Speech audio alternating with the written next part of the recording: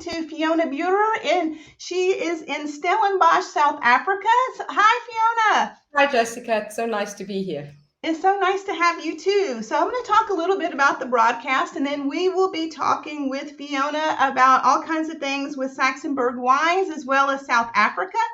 So Time to Wine is a live broadcast with Jessyca Lewis featuring experts in wine. A lot of them are entrepreneurs, social media, and leadership. And it's 9 a.m. Pacific Standard Time, the second and the fourth Monday of the month. The Friday broadcast is every Friday at 11 a.m. This video will be posted on a Friday at 11 a.m. They are recorded on YouTube. Each broadcast is featured on Twitter, Facebook, LinkedIn, Instagram, Pinterest, or any other social media platform that comes up. And we are now going live. We'll be going live on LinkedIn Live, YouTube Live, Facebook Live, Instagram, and it goes all over the world. So today I am talking to Fiona Bührer, and Fiona is a second-generation Bührer family custodian of Saxenburg Wine Estate in Stellenbosch. She has spent the last 10 years working for Saxenburg, and she is going to talk a little bit about her family's background. Thank you so much, Jessyca. You're so welcome.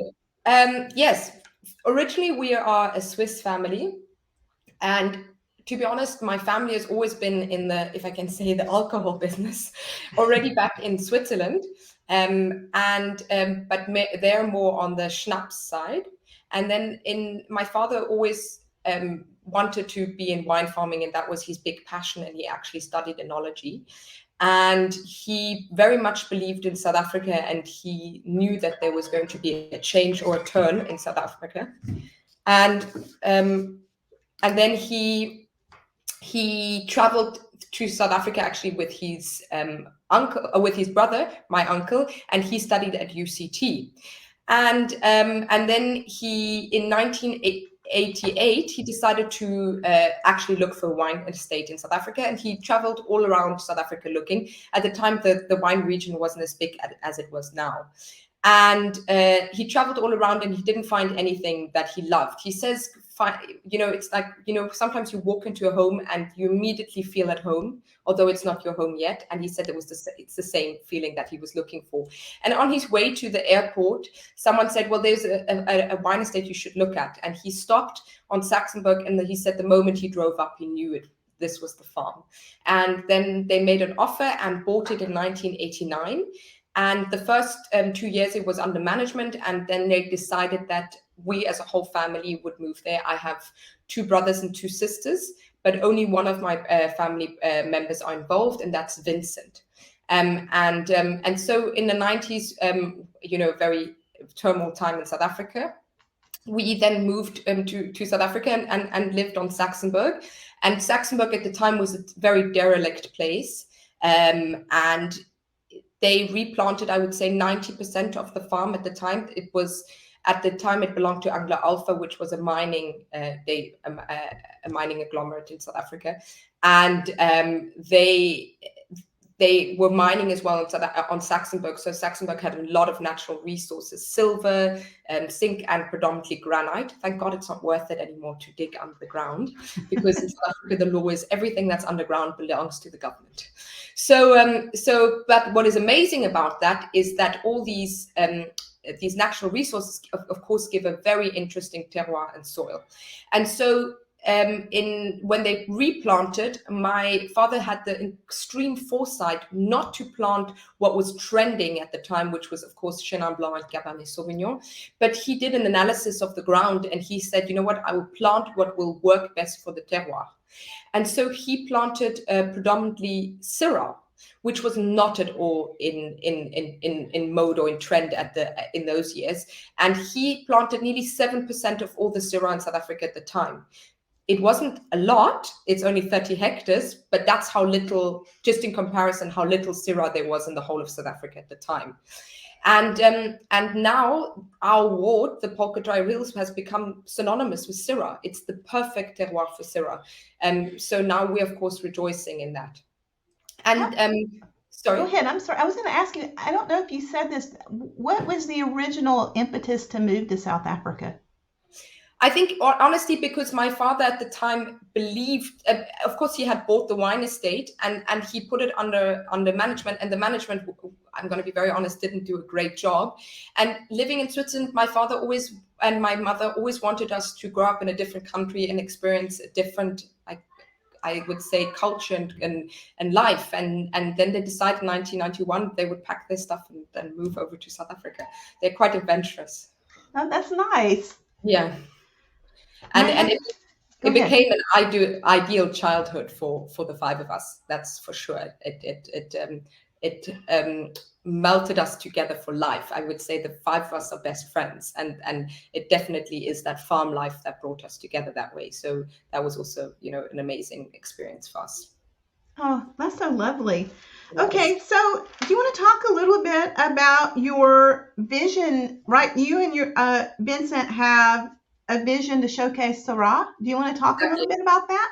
So when Vincent and I took over the wine estate in about 4 years ago, we decided, a focus was going to be the most important thing for us. Focus, focus, focus. And focus has always, for us, Syrah is our focus. And as I was saying, the Polkadraai Hills is synonymous with Syrah. And the important thing to remember here is that winemaking is a very, very long-term plan. And what I mean by that is if you decide to do something now, it will take years for it to start implementing. If you decide to plant grapes, it will take 4 years before you harvest your first grapes. If you decide to make a change within your winemaking style or anything, it will take years for that to come to the market because you have all of those vintages still in your cellar, and you don't make a vintage and release it on your red wines. And we are predominantly a red wine producer. And so when Vincent and I took over the farm, it was very important for us that we always keep our heritage, and we're very proud of what has been done in the past and what has been achieved. But of course, we wanted to put our stamp on it and take it more into the 21st century. And so we said, one of the most important things is we will focus on what we do best. And so that is Syrah.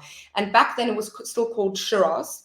But we decided, from our taste profile, our taste buds, and what we want to do with the farm and with the wine, we're going for much more, elegant wines and fruit-driven wines. Whereas Shiraz often, it's the same varietal, but Shiraz is often much bigger, much bolder, much more wood, fattier wine. We wanted to go more for the Syrah style, which is much more elegant and fruit forward. So so we decided to go more within that style. So in that turn, we also changed the packaging from Shiraz to Syrah, and we also changed the bottle, which used to be in a claret bottle. And so all those things we adjusted over time. And then we also got a new winemaker. His name is Dirk van Sale, who is an exceptional winemaker, and it really is a joy every day to work with him. And that also makes such a difference. And he has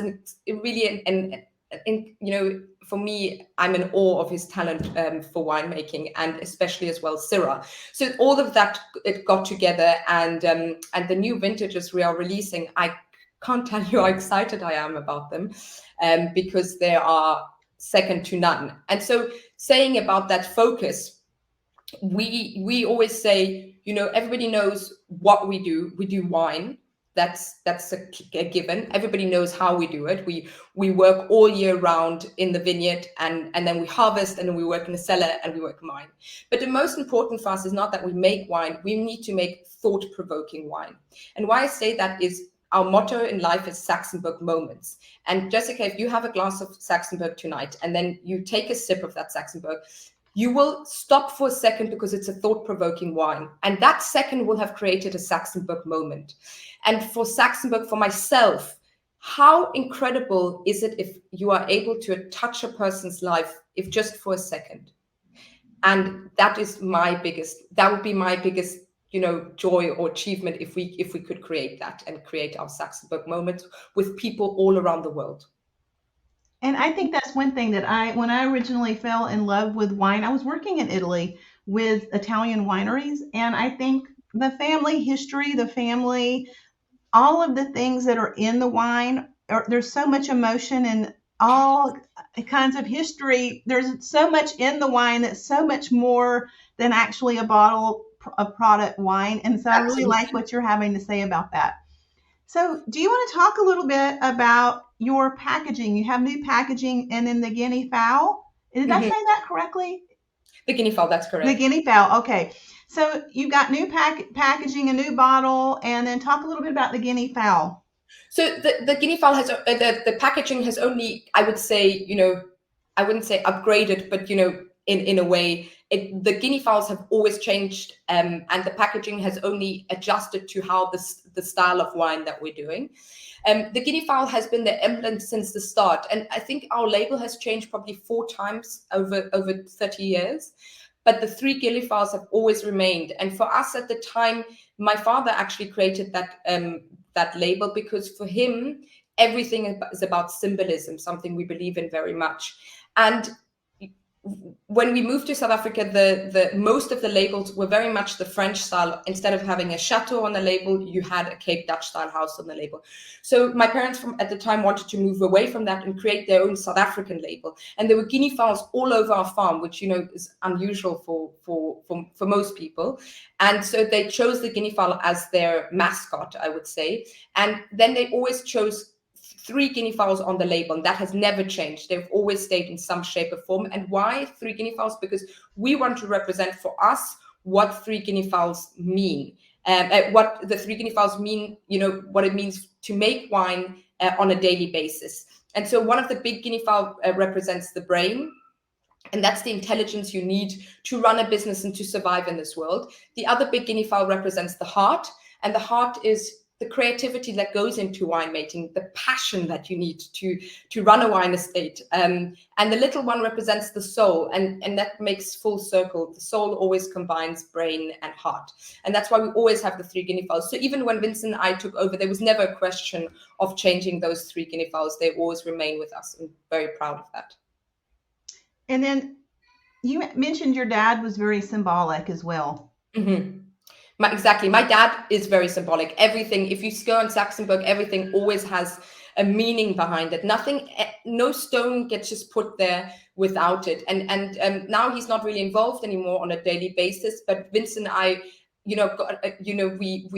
grew up with that, so we definitely take that symbolism forward. So I want to talk a little bit about. Tell us about what it's like to stay at your property. So we decided about, I would say 6 years ago to introduce guest houses on Saxenburg. Or do you mean from a private point of view or from a tourist point of view? Either way, but I know that you have all kinds of exciting things for tourists to do, so you can talk about that. Then you can also talk about the private side of it.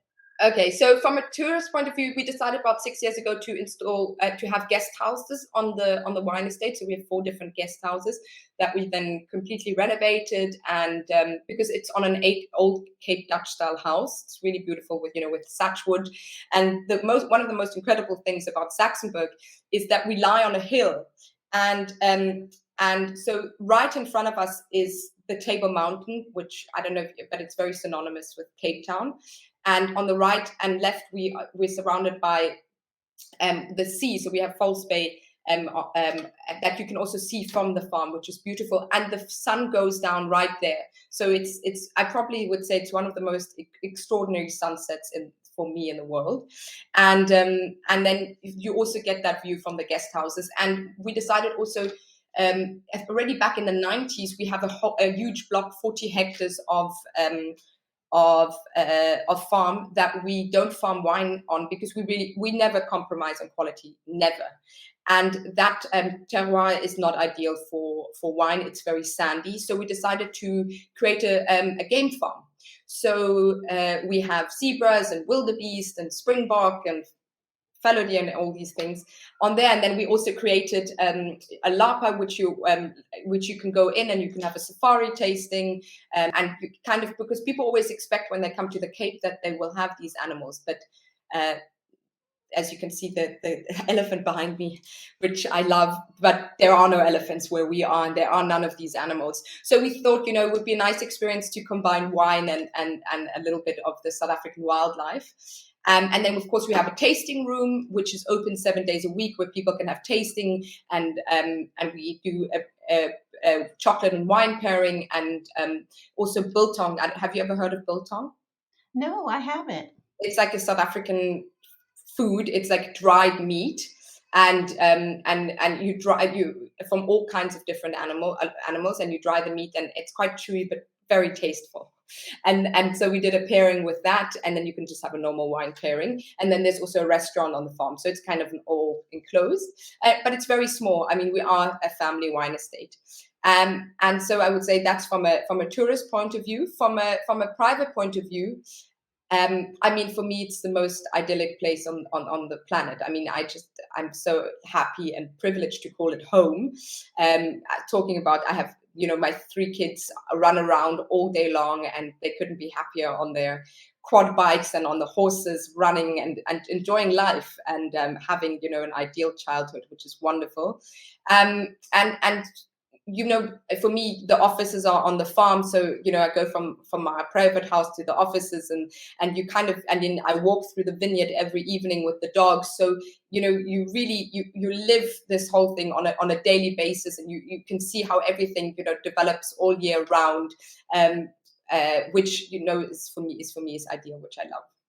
Oh, it sounds I've never been to South Africa. I've been to South America, which is really have nothing to do with South Africa, but I would love to come to South Africa. Okay, I can only recommend it because it really is one of the most stunning places in the world. It's also I think it's one of the most 3 diverse countries in the world, with Brazil and Sri Lanka. So you have the seaside, you have the mountains, you have the semi-desert. You really have everything. I mean, you can travel in South Africa for months on end and see the most beautiful areas. I mean, it really is, and the people are very welcoming and incredible, and the food. I mean, it really is. I mean, I'm biased, of course, but from everybody tells me it's second to none. The service is incredible. It really is. It's really a special piece of Earth, South Africa. It really is. Okay, so let's talk a little bit about, you and Vincent have a lot of personal milestones for your business. Do you want to talk a little bit about that? Yeah, I mean, of course, everybody has their personal milestones. For us, the most important thing is, of course, going back to Syrah, is being recognized as one of the top Syrah producers in the world. And that's what we're constantly working on, and being recognized. I mean, we are, but always on a constant basis, as one of the top wine estates in South Africa. I mean, we have different lines that we concentrate on, of course, as well. Cab, which made us actually famous, and then on the reds, and then Sauvignon Blanc and Chardonnay on the whites. But I mean, we always will focus on Syrah, and Syrah will be our absolute focus for the rest of the time forward, and that's what we want to be recognized as. We don't want to have 100 milestones. Those are the 2 milestones we will focus on, and also having the right team. We have an incredible team at Saxenburg, and I honestly believe Vincent and I won't get anywhere without the right team, and we really have the right team. Somebody that you wake up every day with, and that you enjoy working with. I actually wake up every day and I love going to work. And the team is a huge part of that. So, keeping that team, keeping the team happy will always be a huge focus for us as well in Milestone. Do you want to talk a little bit about Saxenburg Moments? Okay, so as I did say about the Saxenburg Moments, but for us, that's what I was saying before. We wanted to. That's back to the focus and our philosophy, and we wanted to give what we do on a daily basis more meaning. And so Vincent and I sat down and we just, what is our philosophy? What is our meaning? What do we want to achieve? What do we want to achieve with Saxenburg? What do we want to achieve with wine? To be very honest, a lot of people do wine. There's a lot of wine in the market.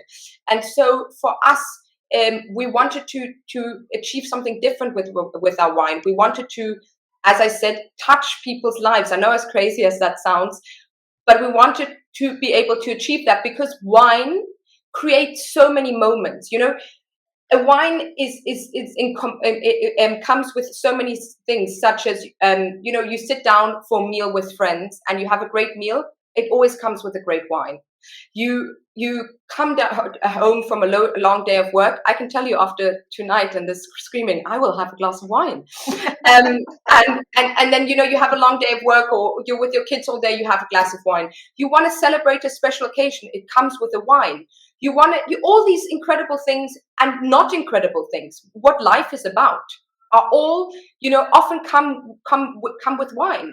And so wine for me is for me, of course, it's a very important thing because I work with wine. But I have so many friends, and we love having this conversation about wine, and always, wine comes up in some way. And so wine is always there in moments, and life is all about moments. We all live different moments, and these moments in turn create memories. And so, as I was saying, then we said, how incredible is it that then for a second, when you drink our wine, it's not just a wine, it's a thought-provoking wine. And that's what we want to make. We want to make thought-provoking wines. And that's, all our efforts go into that. And that means when you have a thought-provoking wine, you always stop and you think about it for a second. And that will have created a moment. And that moment will have been a Saxenburg moment. About the silver linings of COVID, there were a lot of negative things, and then there was a lot of people creating a new environment. Do you want to talk a little bit about that? Anyway, I think South Africans are some of the most entrepreneurial people on this planet. They're faced with, things, crazy things on a daily basis. Our electricity gets cut more often than anything else. We can't keep the lights on. Sadly, we have a very corrupt government that we have to deal with on a daily basis, and that puts people often in a very difficult situation. And COVID was extremely difficult for South Africa because we are not a country that can afford to shut down and pay out millions of rand in all these follow systems that were in place. South Africa definitely doesn't have the capital to do that. And the wine industry was especially hardly hit because we were not able to export for 10 weeks, and we weren't able to sell wine for 8 months in total. So a very long time. That means we weren't able to sell a single bottle of wine. So a very catastrophic situation for the wine industry as a whole, and I think there were the industries that were shut down completely were wine and tobacco. No smoking, which is always a bad thing because people then always go to illegal wine trade and illegal tobacco trade, which of course happen. But for wine farms as ourselves, we never could have taken a risk like that, because if you would have traded illegally, you could have lost your liquor license. So, a risk you would never take.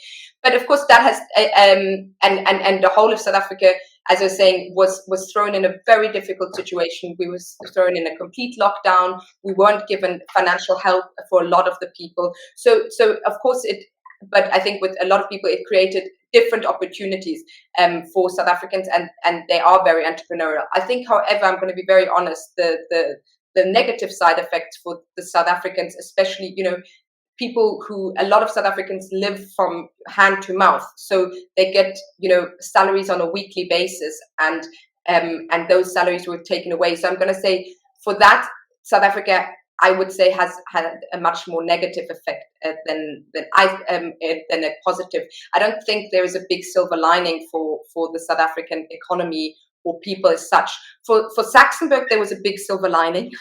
I'm not going to lie to you, but I would be disillusional to say that for the South African people there was a silver lining, because we write more furlough checks than we do actual checks, and that situation got much worse during the COVID period, because so many people lost their jobs, so many businesses closed, restaurants, wine estates, tourist business. And that decision now in November, when because of Omicron we were put on the red list, from one day to the next we were just put on the red list, and we had thousands of bookings, and it's the most important time of the year for us, and bam, all those bookings were cancelled, which again has led to economical disaster for South Africa.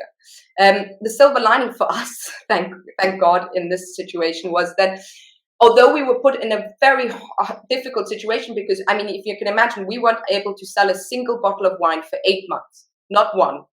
And you have occurring costs, and we promised our people, the team, that we would keep them on, and you have to pay salaries, and you have to keep the occurring costs, and the vineyard, and we had a harvest in between, which we had to do, but you couldn't sustain it with anything. So Vincent and I said, you know what, instead of sitting back and praying that this will go over, we will restructure the entire business.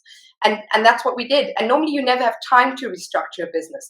But in this case, it was incredible because we had the time, and we noticed how much restructuring we should have done years ago. And now we finally did it. So that was incredible. And then we said, you know what, we have no online presence. Because often wine is still, a person, it's still very much, a lot of it's still offline. And so we decided to redo our whole social, our website, and then we went throughout social media, Instagram, Facebook, YouTube, and we started recording videos about all these different kind of wine myths, and we started doing webinars with the barrel makers and the screw cap makers and the cork producers, to explain to people what is the difference between a cork and a screw cap, and how do barrels actually get made, and what different glasses should you use for different wines, and what influence does a glass have on the wine, and all these things. So we did, on our YouTube channel, you'll find so many videos all about, wine, and not specifically about Saxenburg, just about wine, because we said, you know what, let's keep people entertained who are sitting at home and who are hungry for knowledge, and wine is something we know. And so we did that, and we started to build a very strong community, and then we started focusing on our wine club. That's another focus for us, wine club, and it's a community that we built up, and we started producing special wines only for our wine club members, and it's really building that up, and we call them, the Saxenburgers, and the interactions you have with them, is incredible. They're becoming like family, kind of like Saxenburgers, and then we also, with our international partners, said, you know what, we can't just focus on offline anymore. We have to become more online focused, and so we did that throughout Europe as well. So it's shown tremendous growth for us. So it's, we're coming out on the other end, hopefully, touching wood, but in a very positive manner. So for us, it has been, very difficult, but we try to make the best of it, and we're happy that we used that time proactively. I think so. I did the same thing. I've been starting businesses since I was 10. And so I sat and worked on this the entire time during the pandemic. And truthfully, a lot of this I would have never had time to do before that. So I did the same sort of thing with realigning and working on my own business at the same time. So that's really nice to hear. And then in closing really quick, why don't you talk a little bit? We're at about 32 minutes. Do you want to talk a little bit about things to see and do in South Africa? I mean, that would take us another half an hour. I know, and then we can do a whole other television show on that. Yes, South Africa is such a huge country. It's hard to say what to do in South Africa. Definitely in the north, you have the incredible safaris that I can only recommend. The Sabi Sands is one of the most stunning places on earth. You'll definitely see the Big Five. You have the Kruger National Park. So I mean, that's what I would do in the north of South Africa. But I could talk more about where we are, of course, which is the Cape. And the Western Cape is famous for its winelands, of course. So you have Stellenbosch, Franschhoek, Constantia, Swartland, so many. I would take some time to go around all the winelands, and it's got very much that American concept where you can come on the wine estates, you can have lunch, you can have the most incredible wine and food pairings, and a lot of them have great, picnics and all of these things. So that's always wonderful. And then of course, you have Cape Town, which you always see, and you have all the different beaches, which are, stunning beaches. The water is very cold, I'm not going to lie, but you have impeccable beaches, and whoever loves surfing and kite surfing definitely should do that. And then you should I mean, there's so much. Then you should also, of course, go up the garden route, because especially when it's in bloom and it's covered in flowers from top to bottom. And somebody who enjoys hiking, we have some of the most incredible hikes. Everybody should go up, of course, Table Mountain and Lion's Head, but there's so many different hikes that you could do. Then whoever is a foodie needs to come to South Africa, because food is very much up there. I mean, you have incredible restaurants that, you know, we don't have the Michelin star program, but they would definitely get Michelin stars. And value for money is second to none, because what you get there, you can't imagine, and for that price. And then, of course, a traditional South African braai, which we call a braai, but you would call a barbecue. We specialize in that, and we make incredible braais. So you definitely one would have to do that as well. But I mean, you could, as I would say, you could spend months in South Africa, but a South African holiday is something I can only recommend, because from a nature point of view, it's incredible. The people are incredible. The food is incredible, and the wine is outstanding. Oh, it just sounds fabulous. I'd love to visit. Well, thank you so much, Fiona. I'm going to go ahead and end the broadcast. So I'm going to hit end here, and we look forward to talking to you soon. And I would like to go live with you. Oh, no worries. I'd like to talk to you live. So I'm going to end this, and kisses to you.